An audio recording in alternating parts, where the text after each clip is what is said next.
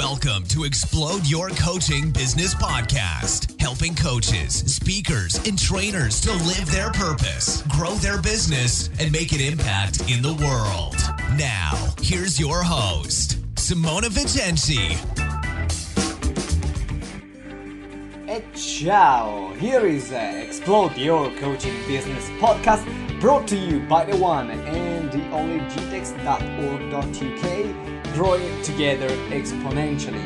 I am your host, the Italian Simona Vincenzi, and this is the podcast for coaches, speakers, and trainers who want to grow their businesses by making an impact in the world.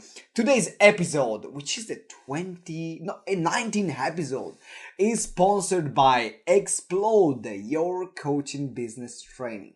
For more information, make sure you visit right now www.gtex.org.uk/start, where we have a free video training on helping you grow in your coaching and speaking business. I'm so excited about today's show. I have the pleasure to interview Ryan Lee. He is the god of membership sites and lifestyle entrepreneurship. We are going to be talking about all questions on membership sites, how to create recurring revenues for your business, how you can use membership programs to help you reach your lifestyle goals, and also what does really lifestyle entrepreneurship means and how you can be a lifestyle entrepreneur. We're going to be talking about all of that. I met Ryan Lee when he was sharing the stage with Gary Vee when I co-organized the event, and I immediately wanted him on this podcast. Now, make sure you listen to the end, and also make sure you subscribe if you haven't done that yet to this podcast. That will mean the world to me, and also you will never miss an episode. Now, if you want to reach out to me with your question, maybe just to say, hey Simone, you are amazing. Thank you very much. You're great. Simone, I would love to buy you dinner. That's great. Make sure you contact me at simone@gtex.org.uk. That comes straight into my inbox. And with that, get ready for a great interview. Ciao. Hello and welcome to another episode of the one and the only Explode Your Coaching Business Show. Here is Simona Vincenzi with Artie as well. Artie, say hi. Hey. Hey.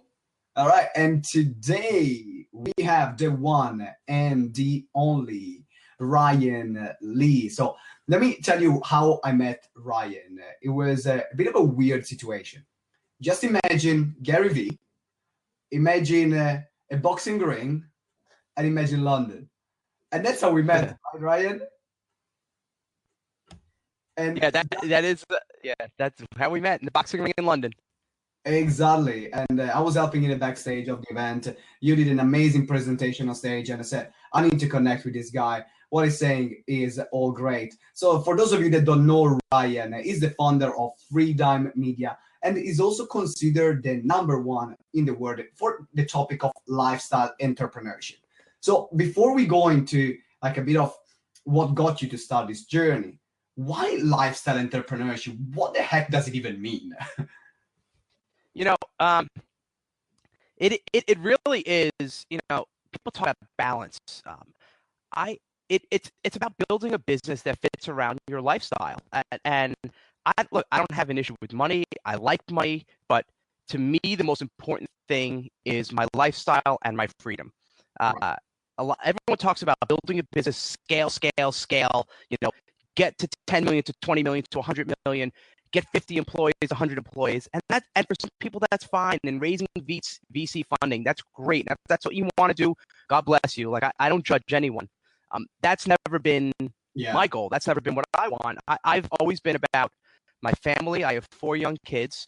So it's about being able to do what I want, help people, impact a lot of lives, but still have balance. Like even this interview we're doing, it was supposed to be an hour straight, but we're going to do like a part 1 and 2 because I have to run and go get my kid and take her to the dentist because there's a little dental emergency. So, but that's, to me, like that's lifestyle entrepreneurship. Even this afternoon, I was working from our swim and tennis club, with my laptop. And I know it sounds cliche, I know it sounds cheesy, but it really is just there's nothing wrong with being small, because at the end of the day, it's really, in terms of income, it's really more about the profit. It's more about the net. And I would much rather have a business that generates $5 million with 2.5 in profit than the headaches of running $100 million company that has like $1 million in profit. Exactly. Again, that's me.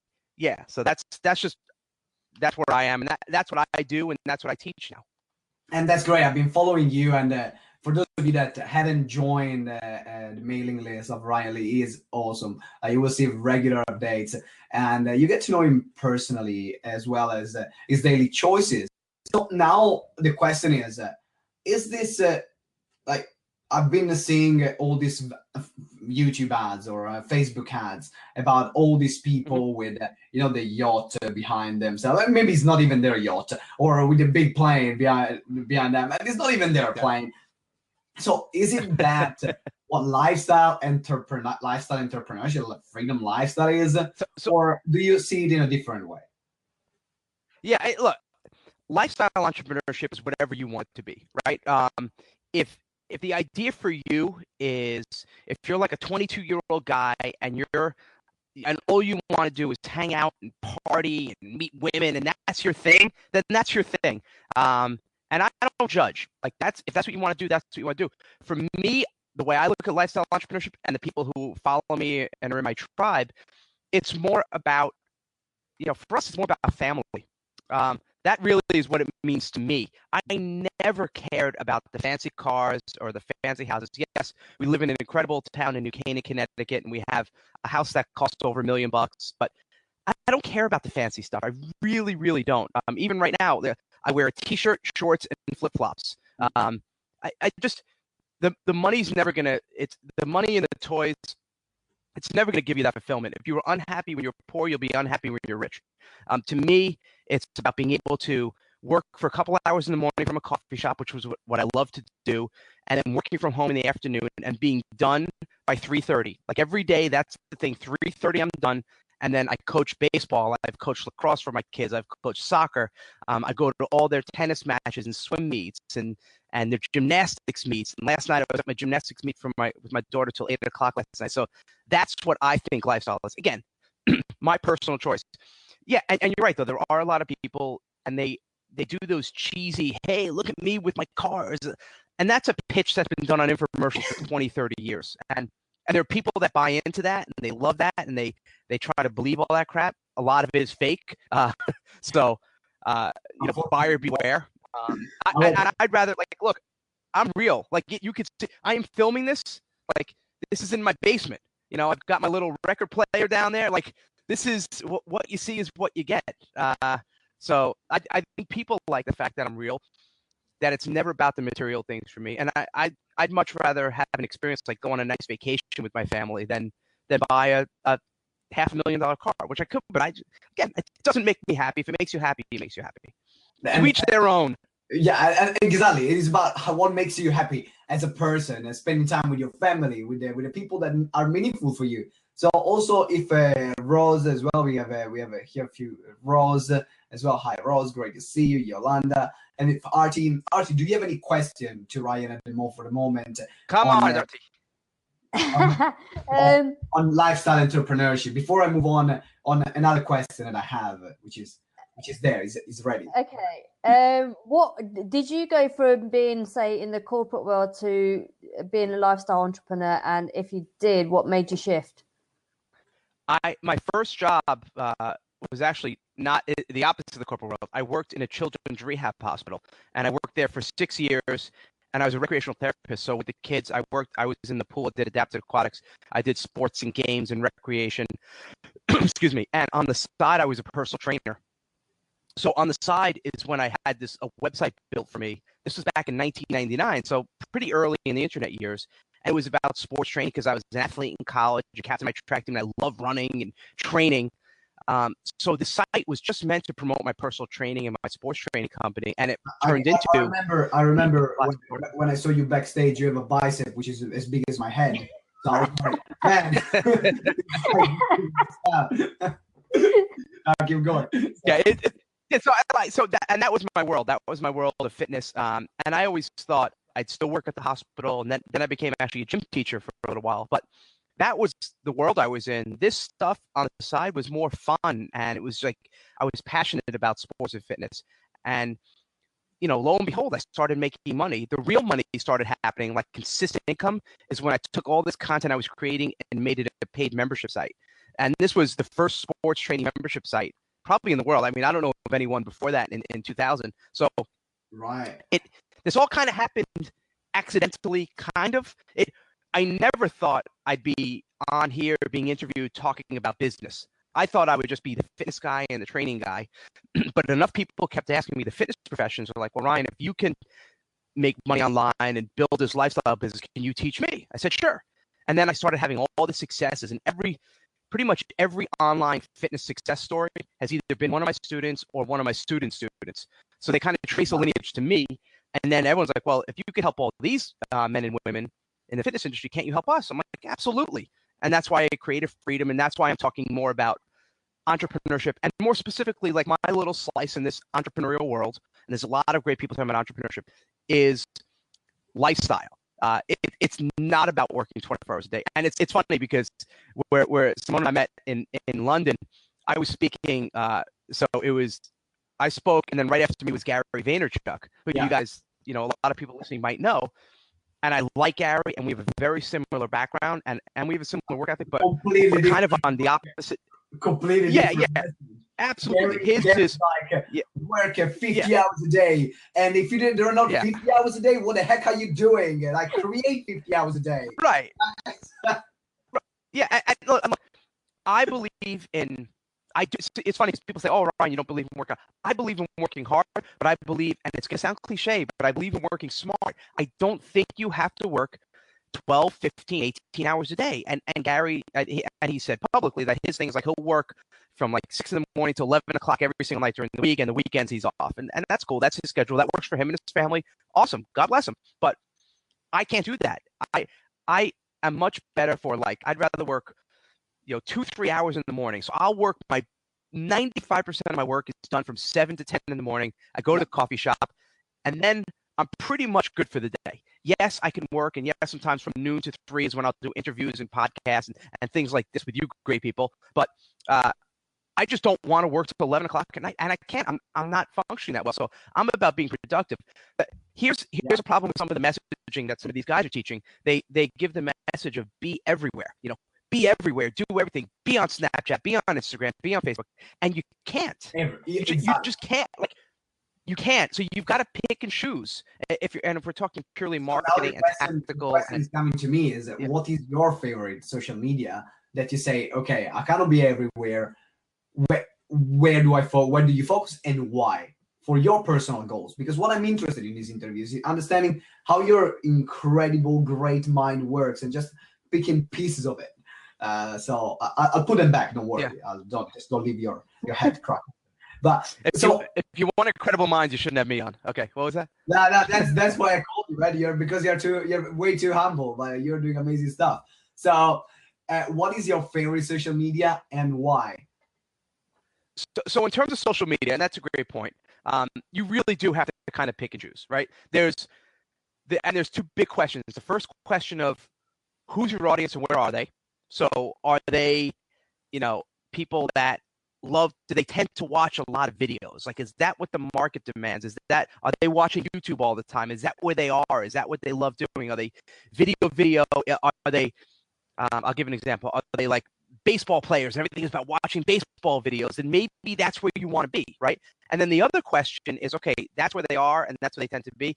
Then does that fit into your skill set? Does that fit into your strengths and your passion? So if you can't stand the idea of even being on a video, even the thought of being in front of a video terrifies you, then I don't care what anyone says. I don't care what Gary Vee says. You shouldn't be doing video, right? Yeah. Like, if you love writing, then you should be focusing on the writing. So it's trying to find that happy medium between where the market is and what you love doing and what you're really good at.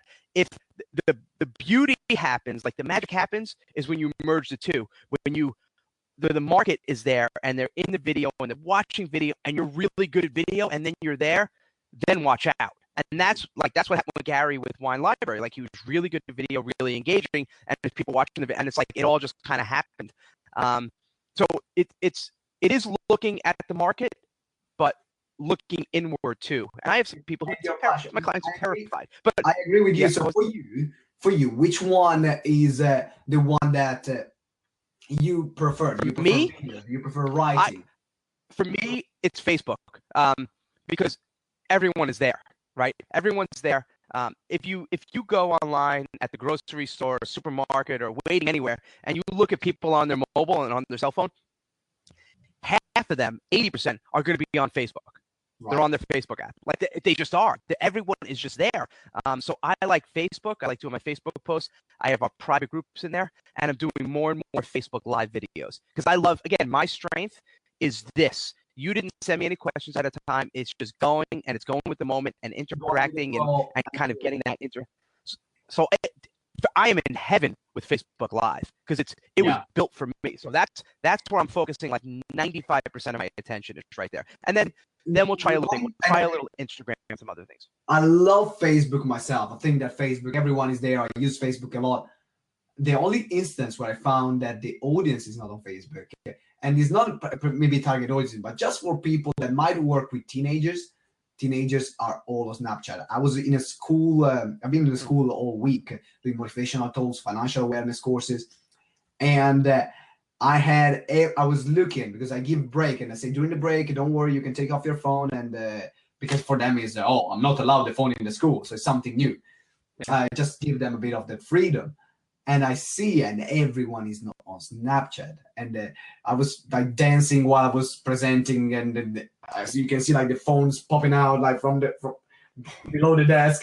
They were Snapchatting. But I think that for a business right now, there are not enough adults. There's going to come, but there are not enough adults in Snapchat. What's your thought on that? Before we move on to the last 10 membership sites. Yeah, I mean, if I am, and we have a Snapchat account, and we'll kind of play with it once or twice. I still don't know what the heck I'm doing. It's funny. I opened it up the other day, and my daughter, my 9-year-old, saw the Snapchat thing on my phone. She's like, "Dad, you have Snapchat?" And she clicked it. And she was about to do a video. I'm like, "No." So, it's, again, you just can't be everywhere. If your market, though, if you're a motivational speaker speaking to teens and trying to reach all of them, then you should be at Snapchat. But for me, I'm not really reaching the teen market. If they want to find me, great, but I'm not really going for the teens. So, I still say in general. So and there'll be some example. There's obviously for every example, there's going to be an exception to the rule. But in general, I would say if you had to kind of pick one platform and say, Ryan, where are you going to put your money? I would put it on Facebook just because of the numbers. That's what I would do. I would still focus on that. Thank you very much. I think that's invaluable for everyone who is now in the situation of, oh my God, what can I do? There is too many social medias. I cannot choose. And you don't have to be everywhere, and you can't. No, you can't be everywhere, and don't try to be everywhere. That's brilliant. So, quick question: what would be your maximum amount of social media sites to be on? The maximum amount of what? Social media sites that you'd be on for business purposes.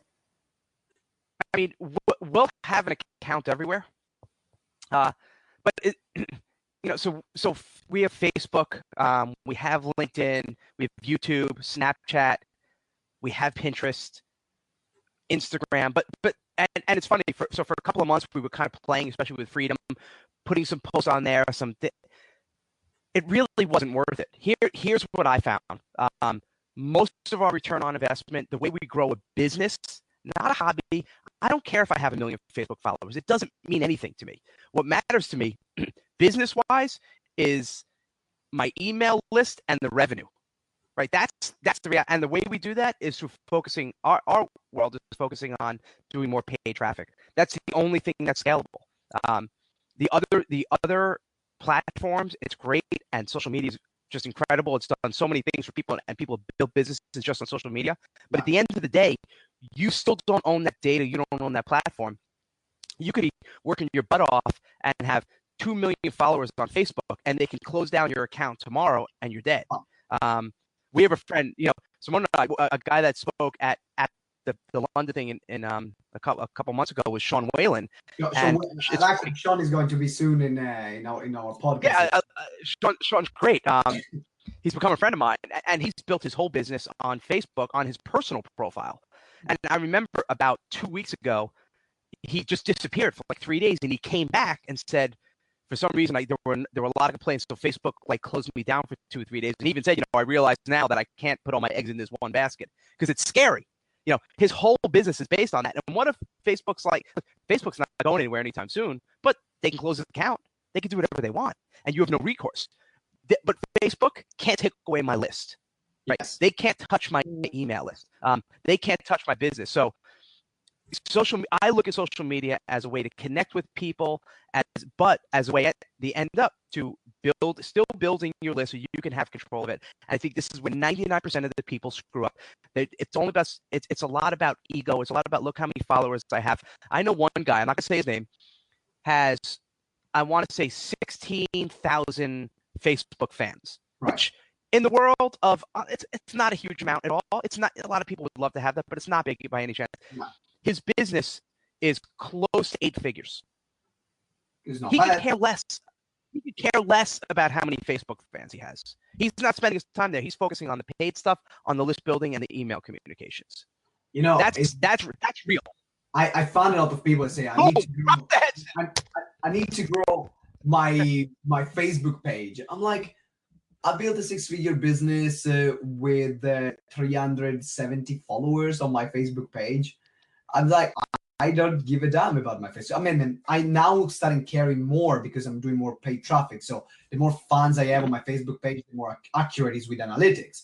But on the other side, I got less than 400 Facebook fans on my business page, and I'm doing fine. I mean, cannot complain. So we have a question from CD Shulo, which is, what paid advertising is the most cost-effective solution for B2B clients? Okay, Ryan, do you want to really briefly tap on this one before we go into membership sites? So do you want me to talk what pay advertising is most effective for B2B clients? If you're talking about online paid advertising, and we're not talking about offline direct mail, that's a whole other story. I'm assuming everyone here is more into the online world. What I would do, I would do paid media email sponsorships. So finding the people with the lists, going to the associations. So if you're targeting accountants, going to the National Association of Tax Accountants, and they're going to have an email newsletter, they're going to have a big list, they're going to have a following, and they're going to have sponsorship opportunities, and I would get there. That's what I would do, and send them from there to a free offer. You could try Facebook ads, but I think the most effective way is to cut through all that crap and get right to the source. Right to the source. Fantastic. Now, Ryan, I know we are in the last 8 minutes of our interview. So, quick question is, membership sites. What's working? Because you are a pioneer of membership sites, and also you are on the edge. Like you know what's coming next. So, right now, what's working? Actually, first, what's not? 3 things that are not working right now, and 3 things that are going to be working now and in the future. So if someone is thinking to start their membership site or any sort of membership that can give them that freedom with the recurring revenues, so then they can spend the time with their families or the people that really they love the most, like you are doing. 3 things that are not working, 3 things that are going to be working. All right, let me think about this. What's not working? There's various degrees of working and not working, right? What's not working, it works in terms of getting new people, but it doesn't work because you get so many cancellations, so many refunds, and so many people who hate you. So I'll put it in the not working category. It's what's called forced continuity, where it's like, hey, buy this water for like $2 and then get a free month of my membership site. And they hide it. They bury that you're going to be billed $19.95 a month after. It was popular 5-8 years ago. I know one guy doing it, and they get so many refunds. And you go in their Facebook group, and everyone's like, I didn't know I was going to get billed. I didn't know it. And it's not worth it. So I would put that in the not working category. One one thing that doesn't work as well is be honest. It's never be honest with your audience. Yeah. Tell them what they're going to get, what they're going to pay for, so they can make the best choice for themselves. Right, absolutely.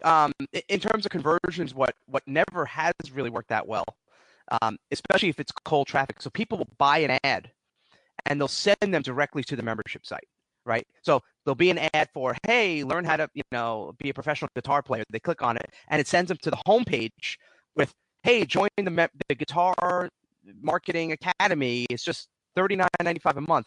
Very, very hard to sell memberships like that unless you're a name brand like a Netflix where everyone already knows what it is and they're in. So what you need to, so on the flip side of that, what is working is taking a specific component of that.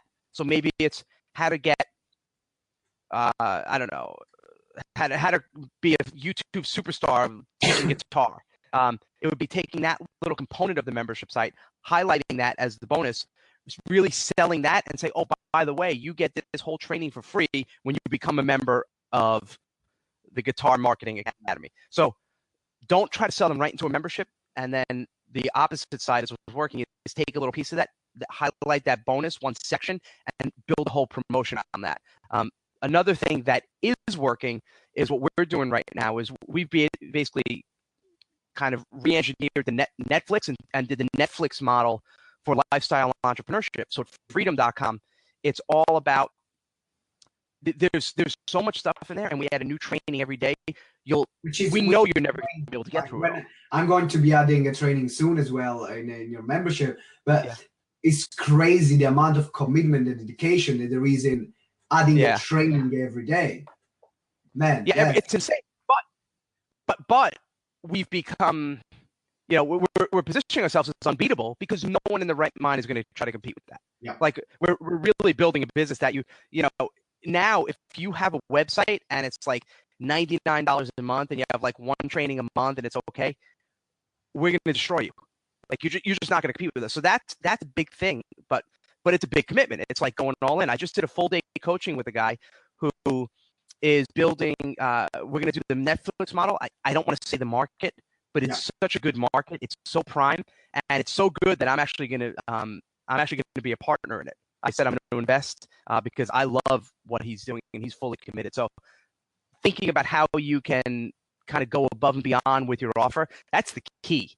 So just giving so much value, not necessarily just so much like adding lots of crap. It's got to be good, but making it such a no-brainer that people are like, how do I not join? Like, how do I not do this? How do I not invest in this? Before we wrap up, is because maybe listeners don't know that. Do you create the content every single day yourself, or do you have other people contributing to the content? Do you use a balance of them? What do you find in your model, in the way you're building the business that really works for you and for other people that would love to go to membership sites? Well, obviously I've been doing this for a while, right? So I have some resources. When I started, I did it all myself. And when I say I did it all myself, I'm talking 5 years, and I mean everything. I mean, if someone had a billing problem, I mean going to the office supply store and photocopying the booklets and putting them in binders and putting them in boxes and going to the post office and burning DVDs and putting labels on it. Like I did that all myself for 5 years. So when you're first starting out, don't get so cocky and be like, oh, I want to outsource everything. I don't want to do anything. Like this, you should know your business. But then what you eventually want to do is get to the role. There's a great book called Rocket Fuel by Gino Wickman. And there's two roles. There's the visionary and there's the integrator, right? I'm now in the role of visionary where I come up with the big idea, the concept. Here's what I want it to look like. Let's do this. And then I have a guy, Matt, who's full-time, and he's our integrator. He takes it and makes it a reality. He's now going out and doing the interviews. I still add content. I still go onto our private community group every single day to answer questions because I love it, but it's not 100% dependent on me anymore. And it's very hard to run a lifestyle business if everything is dependent on you. But at the beginning, it's going to have to be. And as you grow, here's a big mistake people make is they'll make money. They'll make, I had a good month. I made $6,000, $7,000. They take it and they go, honey, let's go, let's buy a new car. Let's get the Mercedes S-Class. Let's go on a cruise. And they blow all that money instead of being smart and taking that and reinvesting it back in the business, saying, you know what, I made $7,000. here's $500. Let's go spend it. Let's celebrate. Let's put some aside for taxes, and let's take the rest and let's hire someone. Let's hire an integrator or someone to grow this, and let's put it back in. Let's build some more resources. Let's surprise our members and show them that we're really in this for them, and we're just gonna knock their socks off. And something that is really important. Now we are wrapping up because I know we are 30 minutes in. We're going to do a part 2, guys. So don't worry, we're going to do a part 2 for this interview because I have so many questions I want to ask you, Ryan, and you've been incredible We're just so far. Started. We're just getting warm up, right now. Now, so how can people get in touch with you? How can people find more about you? Because something that I love, and this is why I would always promote you for people that want to go into the lifestyle entrepreneurship, is that you're in there for the long term. You're not in there for the quick buck or sign up to my training program for £30,000. If you don't have £30,000 or $30,000, then you're just a broke bastard, and they make you feel a bit shit as well. So I remember there was an exchange in your mailing list about a couple of emails of a client, of a person that was working with you that went to invested 30 grand in a program that actually wasn't the right thing for her, and there was another upsell for 50 grand. So something that I love about you is that you are in there for the people, and almost really everyone can afford your services, which are incredible good quality. And it takes guts, in particular in a market where everyone is everyone is almost convinced that you need to charge this 15 grand. If you don't charge 15 grand, you're a loser. Right. So yeah, I mean, respect and there's a lot of people who are not.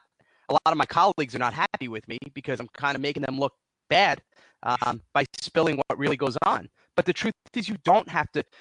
It's crazy. It's gotten to the point where people call me and they say, Ryan, well, I talked to this coach and he said, I'm never going to make money online unless I charge $10,000 for coaching and coach them how to be a coach to teach other people how to coach.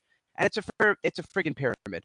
It really is. It's BS. You know, we have our membership is $1 a day, right? $1 a day, which anyone can afford. If you can't afford $1 a day in your business, then you're probably not that serious about it. And I get it, and it's fine. But and you could do really, really well with that model as well. You can offer premium products. You can offer low prices.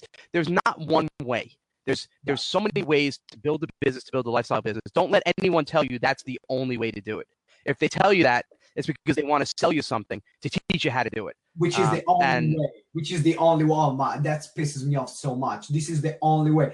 I did a video on what pisses me off about the personal development industry. I think I got about 3,000 views in 2 days. There was just going out there, and it was talking about those stuff.